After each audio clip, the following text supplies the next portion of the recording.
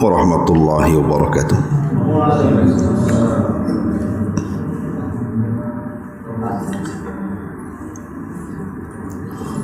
Alhamdulillah wassalatu wassalamu ala Rasulillah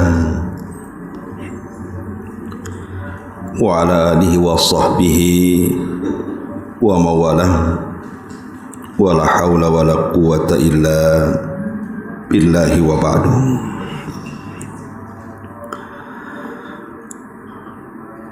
Alhamdulillah, segala puja dan puji hanya milik Allah subhanahu wa ta'ala. Salat dan juga salam tetap kita hadiahkan kepada Rasul kita, qudwah kita, uswah kita, Rasul kita Muhammad sallallahu alaihi wa ala alihi wasallam. Hadirin dan hadirat yang dimuliakan Allah subhanahu wa ta'ala, alhamdulillah di subuh kali ini setelah melaksanakan kewajiban Allah subhanahu wa ta'ala, salat yang paling berat dilakukan orang-orang munafik, kembali kita bisa duduk untuk bertalabul ilmi. Dan pembahasan di subuh ini kita akan membahas tentang orang-orang yang salat dan puasa mereka tidak diterima oleh Allah subhanahu wa ta'ala. Siapakah mereka? Kenapa penting sekali pembahasan ini? Karena kita tahu bahwa kedudukan salat itu dalam Islam sebagai tonggak daripada agama, dan puasa adalah satu dari rukun-rukun Islam. Artinya kalau kita kemudian melakukan dua ibadah mulia ini, kemudian hanya menggugurkan kewajiban tapi tidak mendapatkan pahala, tentu sebuah kerugian. Lah di sini ada beberapa amalan yang menjadikan ibadah wajib, bahkan ibadah sunnahnya tertolak. Apa saja perkara-perkara ini? Ini dirangkum dalam sebuah hadis dari Abi Umamah radhiyallahu anhu yang dikeluarkan oleh Imam Ibnu Abi Asim dalam kitabnya As-Sunnah dengan sanad yang hasan. Nabi SAW mengatakan salasatun la yakbalullahu minhum sarfan wala adla, akun wa mannanun wa mukadzibun bil qadar. Tiga kelompok yang tidak akan diterima ibadah wajib dan ibadah sunnahnya. Pertama, orang yang durhaka dengan orang tua. Yang kedua, orang yang menyebut-nyebut pemberian.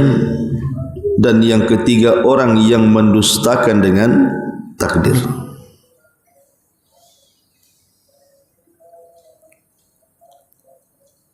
Ma'asyiral muslimin yang dimuliakan Allah Azza wa Jalla, di sini ada 3 poin. 3 amalan dosa yang menghalangi ibadah wajib dan sunnahnya. Termasuk dalamnya adalah salat, puasa, dan yang lainnya. Pertama, durhaka dengan orang tua.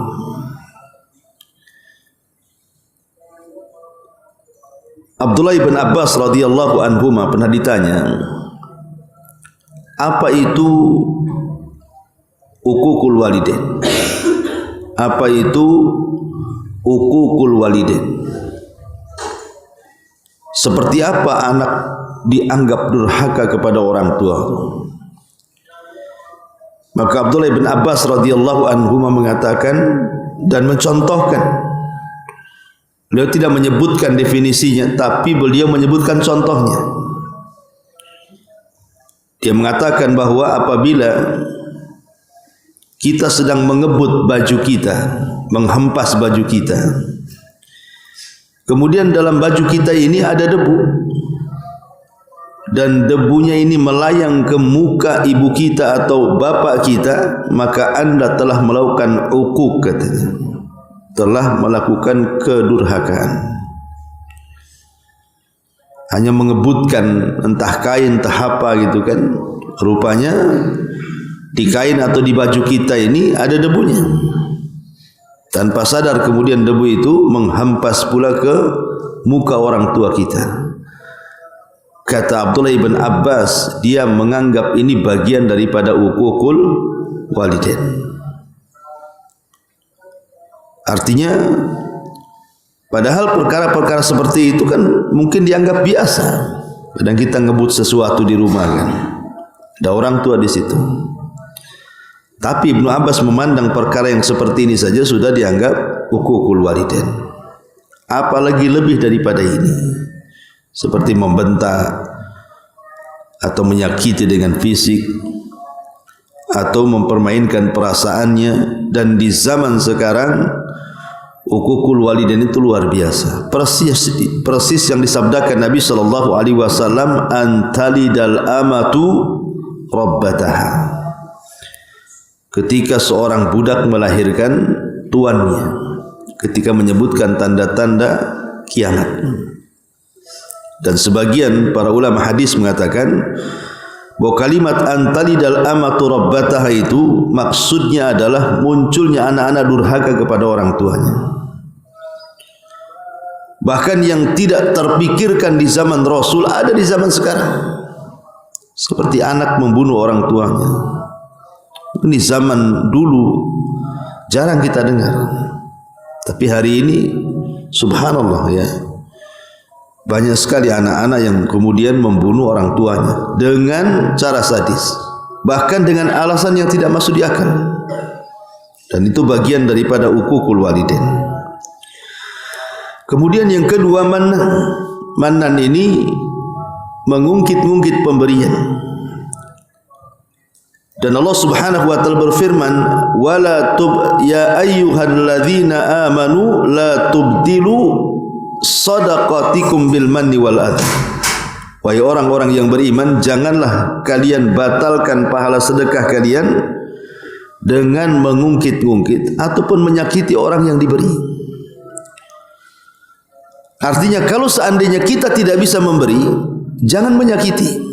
Atau kita bisa memberi, jangan pula disertakan dengan menyakiti. Makanya Al-Quran mengatakan, qaulun ma'rufun khairun min sadaqatin yatba'uha adha. Ucapan yang baik itu, ucapan yang indah, itu masih lebih baik daripada anda bersedekah tapi menyakiti orang yang anda sedekahi. Namanya ada orang datang ke rumah, nampak bawa proposal. Kemudian kita tidak bisa bersedekah kepada orang yang bawa proposal itu, entah proposal apalah. Yang jelas bukan proposal pembangunan Masjid Al-Mansuro sajalah. Oh dia datang-datang gitu kan. Biasanya kan banyak sekarang di masyarakat, entah apa-apa yang bawa proposal tu, kenal pun tidak kita kan. Kadang mintanya di Tanjung Uban, pembangunannya di Madura sana, atau di Padang atau di mana itu jauh gitu ya kan. Sampai ke sini kadang-kadang minta proposalnya itu, padahal jauh kali dia bangun tuh. Ya entah benar entah salah, kayak kemarin di viral di Batam itu rupanya hoax gitu kan. Ditangkap beberapa orang itu berproposal mengatasnamakan komunitas apa untuk pembangunan masjid itu gimana gitu, atau panti asuhan, rupanya sindikat penipuan.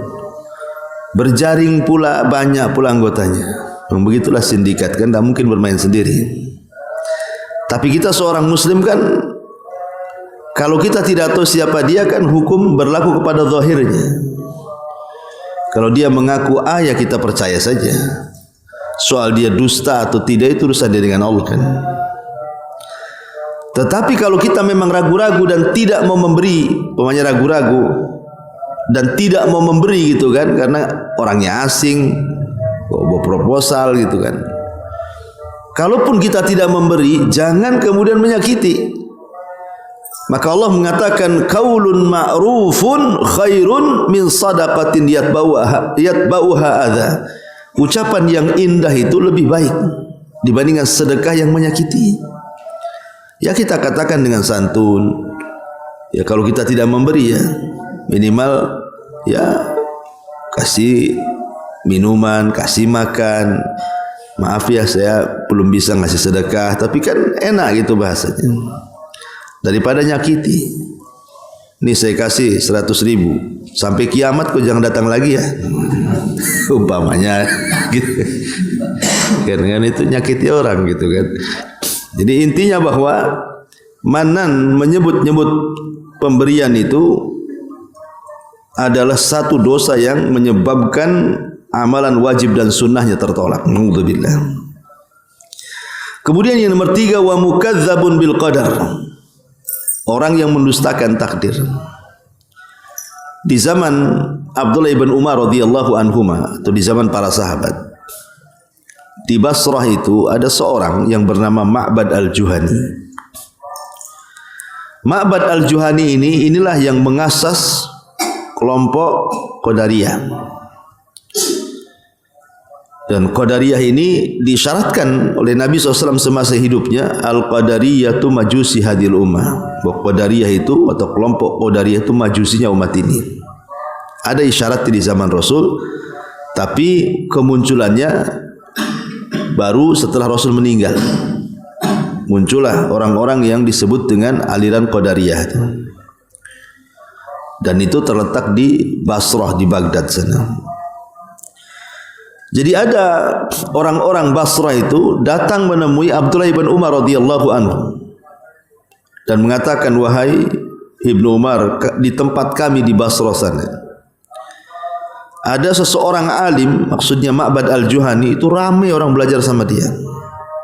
Masalahnya ada yang mengganjal dari fatwa mereka. Ketika mereka bicara tentang qadar, mereka mengatakan innal amra unufun. Sesungguhnya perkara itu dimulai dari unuf, dimulai dari awalnya. Perkara itu semua baru. Maksudnya semua baru itu Allah Subhanahu wa taala tidak akan mengetahui sebuah peristiwa kalau belum terjadi. Allah itu hanya mengetahui peristiwa yang telah terjadi atau yang sedang terjadi. Tapi kalau belum terjadi Allah tidak tahu. Pamannya kita akan melakukan sesuatu itu Allah tidak tahu sampai kita melakukannya, baru Allah tahu. Itulah orang-orang Qadariyah itu mengingkari ilmu Allah. Kalau kita ahli sunnah wal jamaah yakini Allah itu maha tahu yang telah, yang sedang dan yang akan datang. Bahkan Allah maha tahu sesuatu yang mustahil terjadi, kalau terjadi Allah tahu. Bukan hanya sekedar mengetahui yang telah, yang sedang, yang akan datang saja. Sesuatu yang mustahil terjadi, kalau terjadi saja Allah tahu. Seperti contohnya apa? Contohnya firman Allah Subhanahu wa taala, di mana Allah Subhanahu wa taala mengatakan, "Lau rudduhu la'adu limanuhu anhu." Kalau seandainya orang-orang kafir yang masuk neraka itu dikembalikan ke dunia, niscaya mereka kafir lagi. Seandainya orang-orang kafir yang masuk neraka itu dibalikan lagi ke dunia, pasti mereka baliklah kafir lagi. Inilah jawaban bagi pertanyaan, kok orang kafir hidup sebentar di dunia, kok masuk neraka, kok dikekalkan di dalamnya ya? Kasihan kali. Hidupnya cuma 40 tahun di dunia atau 50 tahun. Tapi kalau di akhirat masuk neraka enggak keluar lagi. Mana keadilannya? Bukankah masuk neraka itu dimasukkan karena keadilan, dan masuk surga itu dimasukkan karena kasih sayang? Mana adilnya di sini katanya? Ya kalau umpamanya 40 tahun kufur, yang 40 tahun aja di neraka, kan begitu kalau adil-adilan. Tapi Allah itu maha tahu. Kalau orang-orang kafir yang masuk neraka itu dibalikkan ke dunia, kafir lagi. Itu masalahnya. Keluar dari neraka itu dibalikkan ke dunia itu mustahil. Mana ada orang masuk neraka balik lagi ke dunia, dunia pun dah hancur. Kan perkara mustahil kan itu. Sudah kiamat, dah enggak ada dunia itu, yang ada akhirat. Tapi kalau terjadi sesuatu yang mustahil ini, kemudian tiba-tiba Allah bentuk lagi dunia, kemudian orang kafir neraka dikeluarkan, dibalikin lagi ke dunia, pasti balik kafir lagi. Itu kan sesuatu yang mustahil terjadi. Kalau terjadi Allah tahu namanya. Tapi orang-orang Qadariyah itu beda. Mereka mengatakan innal amra unuh, semua perkara itu dimulai dari yang baru. Maknanya dengan perkataan ini Ma'bad al-Juhani ini ingin mengatakan bahwa Allah ini tidak tahu apa yang akan terjadi, hanya tahu yang telah dan yang sedang saja. Makanya Abdullah bin Umar marah dan mengatakan, katakan kepada mereka, pada Ma'bad al-Juhani itu, saya berlepas diri dari mereka dan mereka berlepas diri dari saya, katanya. Dan saya mendengar bapak saya, maksudnya Umar bin Khattab radhiyallahu anhu, meriwayatkan sebuah hadis tentang hadis Jibril sampai kepada apa? Ketika Rasul ditanya soal iman, antu'mina bil qadari khairihi wa syarri. Mereka harus beriman dengan takdir Allah, baik takdir yang baik ataupun takdir yang buruk. Ma'asyiral muslimin wal muslimat rahimani wa rahimakumullah. Bicara soal mengingkari takdir ini, ya kalau alhamdulillah mungkin orang-orang Qadariyah di zaman sekarang mungkin jarang kita temui kan. Karena umumnya alhamdulillah banyak ahli sunnah kan itu. Tetapi ada orang-orang yang tanpa sadar, mau tidak mau, sadar ataupun tidak, ucapannya itu menolak takdir. Dan itu banyak di masyarakat tuh, orang-orang yang menolak takdir itu. Seperti mengatakan umpamanya dia tidak terima dengan nasib yang kurang baik yang Allah sedang ujikan kepada kita. Ya Allah, kenapa asih saya terus yang diuji ini kok, yang lain tidak gitu kan?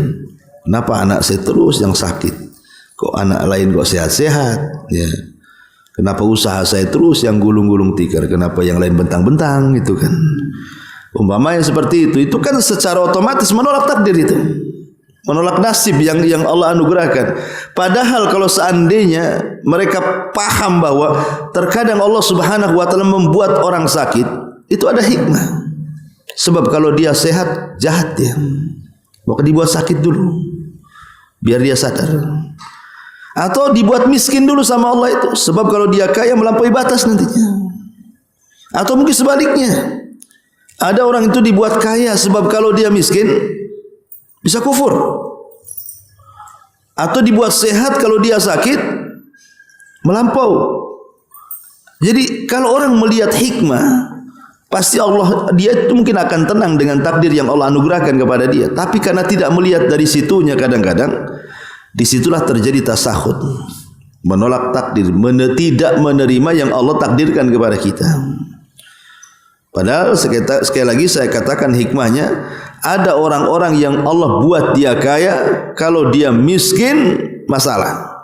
Tapi ada orang-orang yang Allah buat miskin terus nggak kaya-kaya, sebab kalau dia kaya melampaui batas. Hikmahnya di situ. Ya. Oh, kalau kita sakit, mungkin Allah sedang menguji saya, mungkin terlampau banyaklah dosa saya itu, biar Allah gugurkan dulu kan gitu. Dan saya kenal orang kaya itu, ikhwan. Ini saya ulang-ulang kisah ini. Waktu saya di Yaman, ada orang kaya itu luar biasa, ikhwan. Itu boleh dikatakan orang nomor berapa terkaya di Yaman itu. Rumahnya udah kayak istana tuh. Tapi luar biasa, itu yang orang kaya itu dikenal ahli puasa. Senin Kemisnya itu ahli puasa, nggak pernah tinggal. Kemudian ahli sholat malam, sholat malamnya nggak pernah tinggal. Kemudian dia hafid Quran lagi. Kemudian setiap subuh jam 3 tuh menjelang subuh, dia akan membuka sedekah. Jadi dia buka sedekah itu sepertiga malam akhir. Maka dari mana-mana datang itu, paling tidak satu malam itu bisa 100-200 orang yang berproposal tuh. Setiap subuh tuh. Bayangkan coba, kita ini dah miskin, puasa tidak, sholat tidak, sedekah tidak, subuhnya telat-telat, udah ini.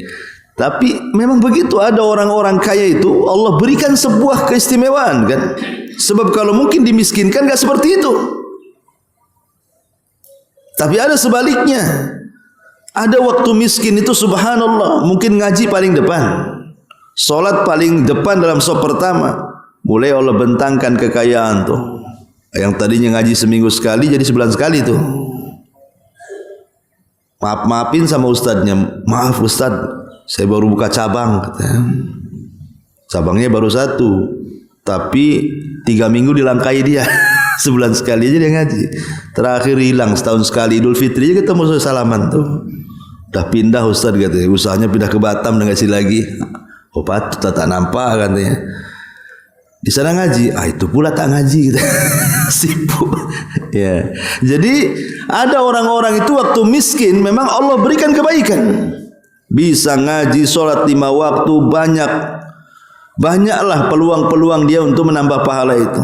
Tapi ketika kaya, subhanallah, kalla innal insana la yatgha an ra'ahu stagna. Terkadang manusia itu mudah melampaui batas ketika kekayaan dibentangkan kepada dia. Jadi ada orang-orang yang mukadzabun bil qadar. Ya, ini satu hadis Nabi. Walaupun ada sebagian mengatakan riwayat ini dilemahkan, tapi ada yang menghasankan. Kemudian hadis yang kedua, hadis dari Abdullah ibn Amr. Abdullah ibn Amr ibn As. Abdullah ibn Amr ibn As ini saingan Abu Hurairah. Kalau Abu Hurairah menghafal, kalau Abdullah ibn Amr ibn As ini menulis. Makanya apa kata Abu Hurairah? Tidak ada satu sahabat yang paling banyak hafalannya kecuali aku, melainkan Abdullah ibn Amr, karena dia mencatat, aku menghafal gitu. Jadi saingan Abu Hurairah, cuman dia lebih ke mencatat hadis Nabi. Kalau Abu Hurairah kan menghafal. Karena di zaman itu hafalan hadis itu ada 2, dhabtus sadri wa dhabtul kitabah. Ada yang diletakkan di dada, ada yang diletakkan dalam catatan. Tapi yang meletakkan di dada lebih banyak dibandingkan yang meletakkan di catatan. Jadi orang dulu itu lebih ke hafalan dibandingkan ke catatan. Kalau orang sekarang lebih banyak ke catatan dibandingkan hafalan. Ada yang lebih parah lagi, tidak menghafal, tidak mencatat. Itu parah itu.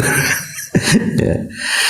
Taib. Kemudian disebutkan dari Abdullah bin Amr ini, qala Rasulullah sallallahu alaihi wasallam, "Thalathatun la tuqbalu lahum salatur rajuli." La tuqbalu lahum salatun. Thalathatun la tuqbalu lahum salatun. Ada 3 orang yang salatnya tidak akan diterima. Ar-rajulu ya ummul qauma wa hum lahu karihun. Seseorang yang menjadi imam salat sementara makmumnya benci sama dia. Kemudian yang kedua, war-rajulu la ya'ti salata illa dibara. Orang yang tidak melaksanakan salat kecuali setelah habis waktunya. Kemudian yang ketiga, yang terakhir,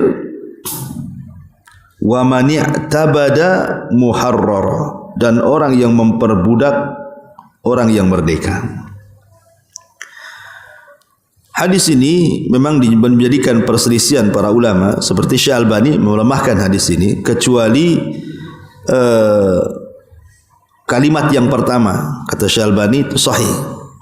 Budak yang seorang imam yang dibenci oleh makmumnya, itu saja yang benar. Ya, kalau yang lainnya lemah, kata Syekh Albani. Nah di sini Nabi SAW mengatakan 3 kelompok itu. Pertama, imam yang dibenci makmumnya. Imam yang dibenci makmumnya. Tentu bukan karena hasad benci makmum kepada imam itu. Bukan karena imamnya kaya dia miskin hasad gitu.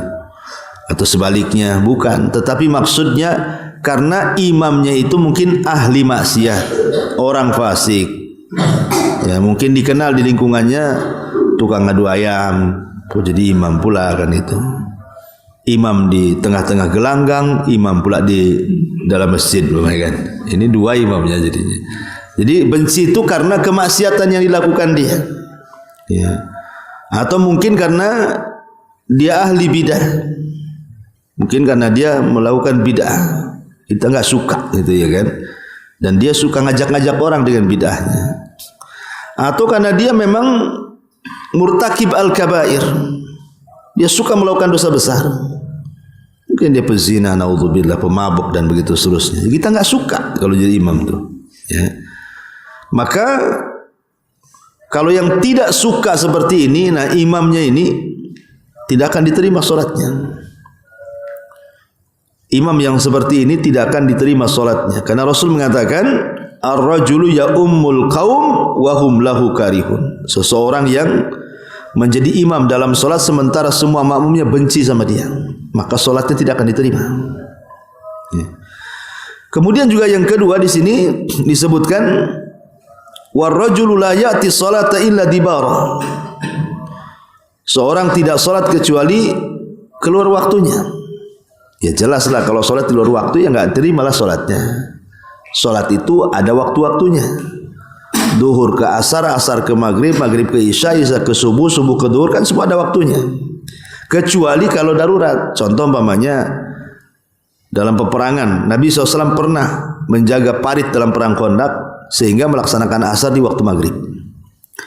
Atau di zaman para sahabat ketika menyerang Tustar, Anas bin Malik menceritakan ketika robohnya benteng Tustar itu tepat ketika adzan subuh, sehingga para sahabat harus milih nyerbu atau milih sholat subuh. Kalau milih sholat subuh ini kesempatan tidak ada lagi, karena mereka sudah mengepung 1,5 tahun. Sementara roboh gerbangnya pas pula azan subuh. Akhirnya para sahabat mengatakan, kita sudah lelah 1,5 tahun mengepung gerbang ini, masa ketika roboh kita masuk malah ditinggal sholat, kan itu ya. Akhirnya kemudian mereka beristihad, serang dulu musuh, baru kita sholat katanya. Akhirnya diserang musuh, rupanya Allah takdirkan agak lama, sampai takluknya musuh itu setelah terbit matahari. Artinya keluar waktunya tuh.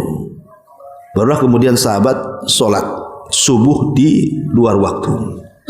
Disitulah Anas bin Malik kalau diingatkan dengan perang Tustar itu menangis dan mengatakan, aku menangis bukan karena aku menang dalam peperangan itu bersama para sahabat, tapi aku menangis karena seumur-umur aku tidak pernah meninggalkan sholat subuh jamaah, kecuali itu, bukan gak berjamaah lagi, di luar waktu lagi. Ya, padahal kan hukumnya boleh-boleh saja, karena Rasul pernah juga sholat asar di luar waktu, karena kan kondisi jihad masalahnya. Maka dibolehkan secara fikih sebenarnya dalam waktu-waktu yang seperti ini, kondisi seperti ini harus memilih kan. Tetapi dalam kondisi aman, maka tidak boleh kita mengakhir-akhirkan waktu.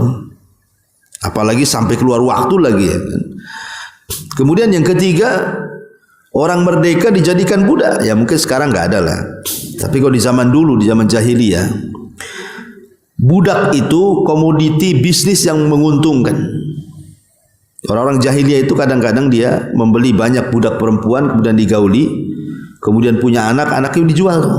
Kan jadi budak anaknya, dibanyakin tuh beli perempuan, nanti digauli, disuruh banyak anak tuh perempuan itu, nanti dijual, karena itu komoditi yang paling efektif dalam berbisnis. Terkadang orang jahiliyah itu nyulik orang, jadi ada orang merdeka diculik dia, nanti dijual jadi budak. Lah datang Islam kemudian mulai mengikis perbudakan. Makanya dalam setiap kafarah dalam Islam itu selalu yang pertama memerdekakan budak dulu tuh. Umpamanya berhubungan intim di siang hari bulan Ramadan, kan ada kafarahnya tuh. Pertama kafarahnya apa? Memerdekakan budak. Kafarah dihar, memerdekakan budak. Pokoknya Rasul selalu kalau dalam kafarah-kafarah itu tidak lepas dari memerdekakan budak. Karena Islam itu tidak suka perbudakan. Yang suka-suka perbudakan tuh kalau dalam sejarah kan orang-orang Eropa saja tuh. Tapi kemudian sejarah diputar-balikan, orang-orang kafir ini seolah-olah Islam ini menghalalkan perbudakan. Tidak, Islam tidak menyukai perbudakan, tetapi Islam mengatur perbudakan dengan aturan yang sangat ketat. Karena Islam itu agama lengkap, diatur segala sesuatu sampai ke masalah perbudakan pun ada hukum-hukumnya. Taib masyarul muslimin yang dimuliakan Allah Azza wa Jalla. Contoh yang diperbudak padahal dia orang merdeka siapa? Sahabat Salman Al-Farisi. Salman Al-Farisi ini orang merdeka. Dia orang Persia, agama Majusi. Kemudian ketika bapaknya memerintahkan dia untuk menjaga api, ya, jangan sampai padam, dari rumah ke tempat penjagaan api itu kan jauh, sehingga harus melewati gereja. Tertarik dia dengan gereja, masuk dia Nasrani. Kemudian dia dari gereja ke gereja, dari gereja ke gereja, sampai akhirnya dia mendapati rahibnya, pendetanya korupsi. Ketika meninggal hartanya banyak gitu. Kemudian mulai dia ragu-ragu, tapi dia ingin mencari kebenaran. Akhirnya jalan dari satu tempat ke tempat berikutnya sampai dapat bocoran dari pendeta bahwa akan muncul seorang nabi di tanah yang banyak pohon kurmanya. Kemudian dia punya uang sedikit, dia minta kepada kafilah dagang dari Arab supaya diantar ke tempat yang banyak pohon kurmanya itu. Bukannya kemudian diantar, sudah bayar duit sama orang Arab yang bawa ini, dijadikan budak pula dia. Dijual sama orang Yahudi di Madinah. Salman Al-Farisi ini akhirnya jadi budaknya orang Yahudi lah. Padahal dia datang ke Madinah bukan budak kan itu ya. Tapi sama pedagang ini malah dijadikan budak, dijual sama orang Yahudi di Khaybar. Tapi justru disitulah pertemuan Salman Al-Farisi dengan Nabi Sallallahu Alaihi Wasallam. Akhirnya masuk Islam Salman Al-Farisi itu. Tapi lihat bagaimana orang Arab itu, jahiliyah maksudnya ya. Ya, mereka memperbudak yang merdeka. Nah, itu solatnya tidak akan diterima dalam hadis ini. Kemudian juga ada riwayat yang lain, ada tambahannya adalah wa akhwan mutasarian. Akhwan mutasarian, sesama saudara saling bertengkar. Kemudian wa mra'atun batat wa zawjuha 'alaiha sakhit. Seorang suami, kemudian seorang istri yang tidur sementara suaminya sedang emosi. Mungkin suaminya minta jatah, istri enggak ngasih. Akhirnya dongkol suaminya. Istrinya ngorok, suaminya terpikir aja sampai subuh tak tidur. Nah, itu juga wanita yang seperti ini tidak akan diterima salatnya. Ya, dengar ibu-ibu ya.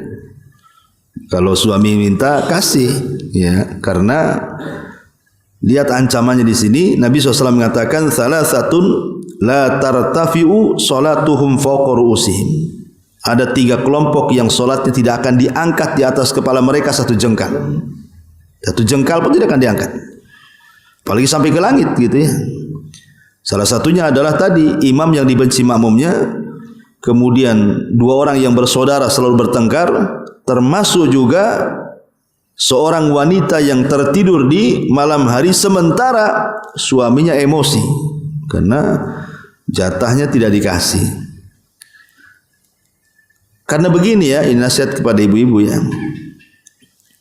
Kalau memang ada halangan seperti haid ataupun nifas atau sakit parah gitu ya, ya wajar menolak gitu ya. Tapi kalau tidak ada halangan kemudian menolak hanya karena capek, lelah, letih, enggak ada mood atau gimana, maka itu bukan alasan. Sebab kalau suami cari makan, Bu, itu bisa beli. Suami cari pakaian bisa beli di mall. Tapi khusus pelayanan ini tidak bisa beli kecuali ke lokalisasi. Dan ini masuknya ke perzinahan. Sehingga tujuan suami menikah dengan seorang wanita itu kan salah satunya ifah. Ifah itu menjaga kehormatan supaya jangan berzina. Kan tujuan bapak-bapak nikah kan begitu. Supaya tersalurkan syahwatnya ke yang halal. Itu tujuan kita laki-laki menikah kan begitu. Tiba-tiba ketika syahwat yang hendak disalurkan itu tiba-tiba ditolak. Berarti kan sudah tidak dapat tujuan pernikahan. Apa kemudian antum harus lari ke tempat lain? Membayar wanita-wanita pelacur? Mustahil, haram. Ya. Kalau makan bisa dibayar, COD. Ya kan? Marketplace banyak kan gitu ya. Tokopedia macam bisa beli kan.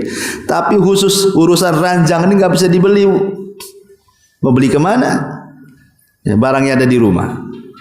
Jadi yang seperti itu harus dipahami bahwa seorang laki-laki tidak bisa ditolak karena itu justru pahalanya di situ. Kalau ibu menolak itu justru dalam Islam disebut nusus. Nusus itulah menjadikan suami boleh tidak memberikan nafkah. Antum kalau ditolak sama istri, 1 hari itu jangan dikasih jajan. 2 hari tadi kasih, 2 hari tadi kasih jajan. 3 hari, sebulan jangan dikasih nafkah. Ya, karena itu nusus. Kalau dia menolak, jangan dikasih nafkah.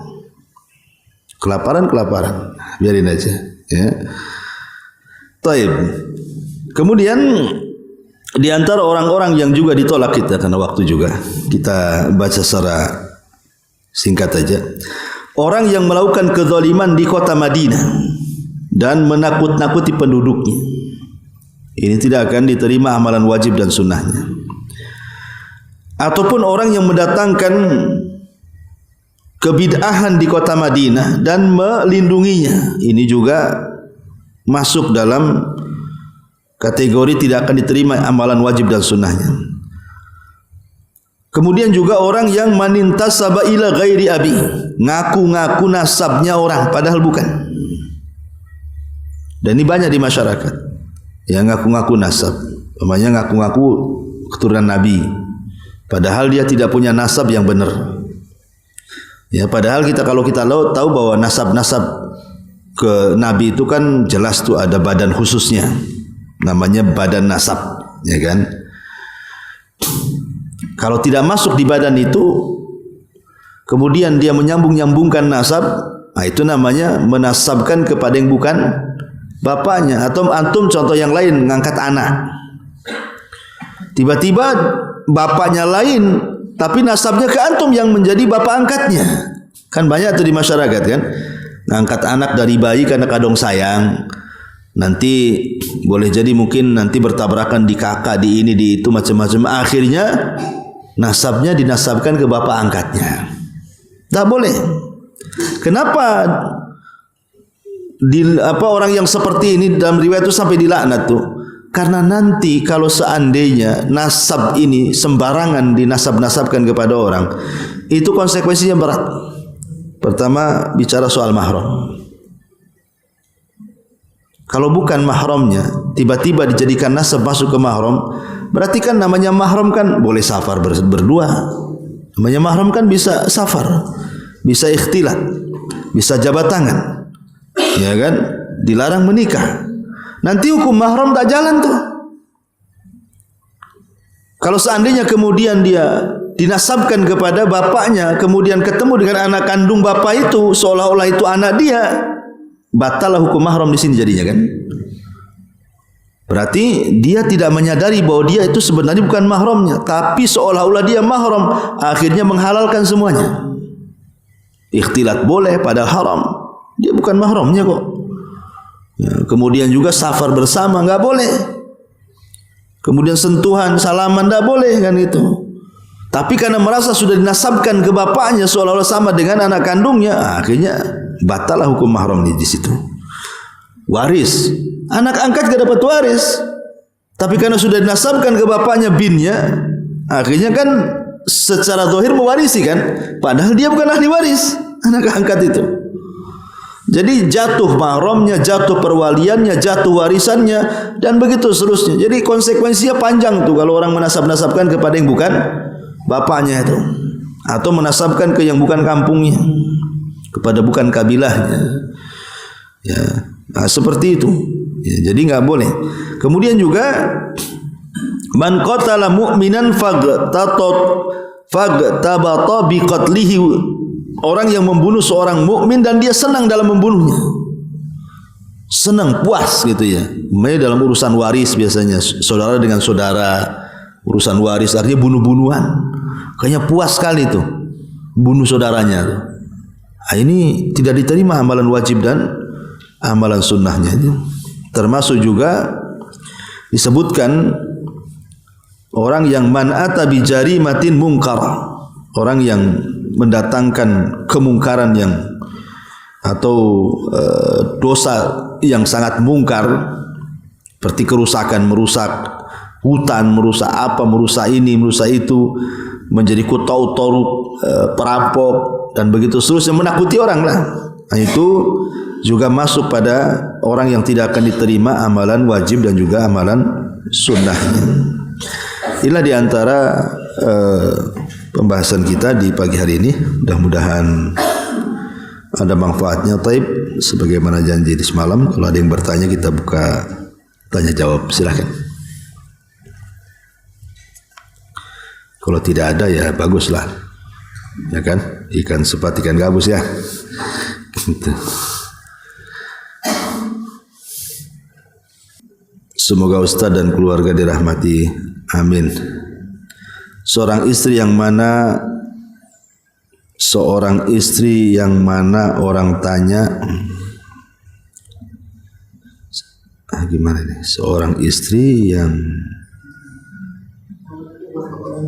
mama orang, ini orang apotek yang bisa baca nih. Resep. Tentar. Sakit di kampung tapi si istri tidak dapat izin dari suami. Oke, paham. Jadi orang tua istri ini di kampung sakit, ya. Kemudian mungkin mau menziarahi orang tuanya tapi si istri tak dapat izin dari suami. Yang diucapkan suami, saya yang mengurus anak sekolah, apa seperti ini termasuk durhaka kepada orang tua? Iya. Bismillahirrahmanirrahim. Ini harus dipahami ya. Kadang-kadang pernikahan itu bukan menghalangi berbuat baik kepada kedua orang tua. Justru redhonya ataupun barokahnya rumah tangga itu ketika masih ada hubung kait antara anak dengan orang tua. Itu berkah rumah tangga tuh. Jadi saya sarankan ya kepada antum, kalau memang kita ini masing-masing punya orang tua, saya punya orang tua, istri saya punya orang tua, kan harus begitu. Kalau dua-duanya masih hidup kan, maka berbaktilah kepada kedua orang tua, jangan menghalangi salah satu dari keduanya. Jangan pula istri mengajari suami durhaka kepada orang tua ataupun sebaliknya. Karena banyak istri yang ngajari durhaka juga kepada orang tua. Ada dulu itu ikhwan kita nelpon saya.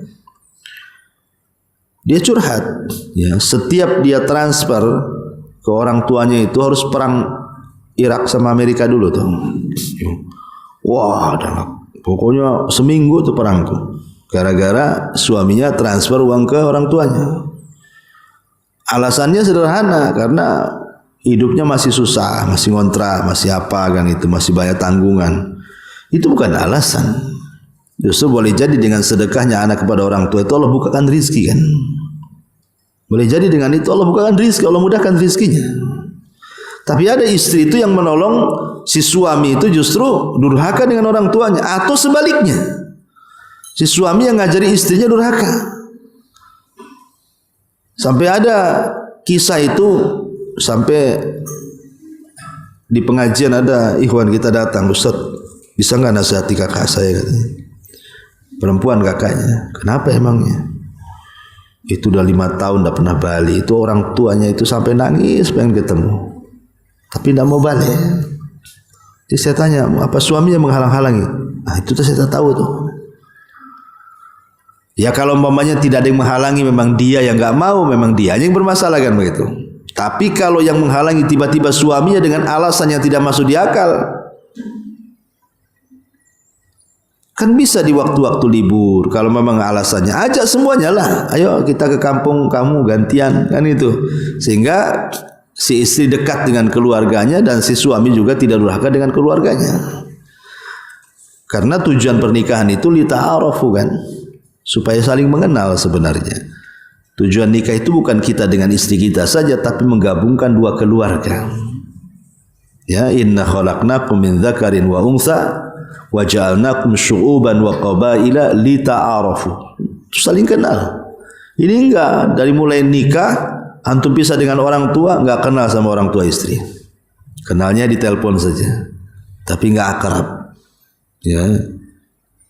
Nah, nggak seperti itu caranya kan? Maka tidak benar. Kalau bisa ya suami ngasih izin, tetapi ya lihat kondisi juga. Kalau bisa sih sama-sama lah pulang. Apalagi jarak tempuh yang ditempuh itu kan membutuhkan mahram. Kan nggak mungkin istri berangkat sendiri kan tanpa mahram.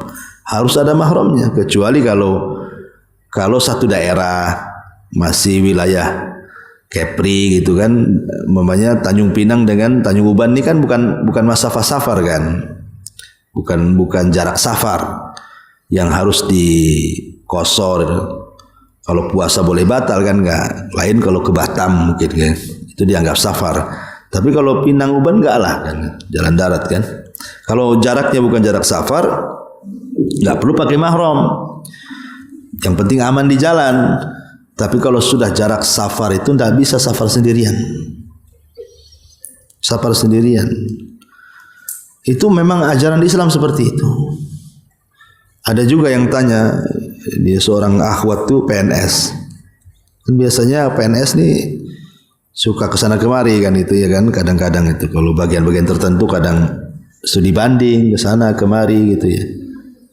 Kadang-kadang main berangkat aja dengan kawan-kawannya. Nah, ini tidak boleh. Ya, harusnya bawa suaminya lah. Jadi hal-hal yang seperti ini, kenapa kemudian akhirnya banyak perselingkuhan, banyak ini, banyak itu? Ya karena melanggar syariat itu tadi. Kemarin saya di WA itu, Ustadz, gimana hukumnya saya ikut reuni anak tahun 90-an itu apa itu? Pokoknya dia reuni anak SD lah. Kelas 6 tahun 90-an itu atau berapa gitu. Istrinya nggak ngizinin. Nggak boleh istrinya. Marah suaminya. Karena mungkin istrinya tahu, karena banyak kejadian habis reuni itu ketemu pacar lamanya kan. Itu kan banyak tuh. Banyak selingkuh-selingkuh gara-gara reuni itu. Ya, mungkin dulu waktu SD-nya culun-culun kok udah ganteng pula sekarang kan. Terus sebaliknya gitu kan, jadi pengusaha. Kan banyak yang seperti itu. Padahal dia ngaji. Saya bilang betul lah istri antum tuh. Enggak usah ikut. Apa faedahnya reuni di situ? Antum mau ceramah di situ diundang. Kalau hanya makan-makan enggak ada faedahnya apa? Kalau mau bawa keluarga, saya bilang kan. Bawa anak istri antum, kenal kan? Bahwa antum sudah nikah, ini sengaja pula berpura-pura bujangan antum situ kan. Ini kan masalah. Jadi ada juga yang gatal lah bahasa saya ini. Oh, Ikhwan gatal juga rupanya. Subhanallah, bukan orang awam aja, Ikhwan dan ngaji pun masih juga gitu. Wallahu a'lam. Cukuplah. Subhanallah bihamdika. Asyhadu an la ilaha illa anta astaghfiruka wa atubu ilaik. Wallahu ta'ala. Assalamualaikum warahmatullahi wabarakatuh.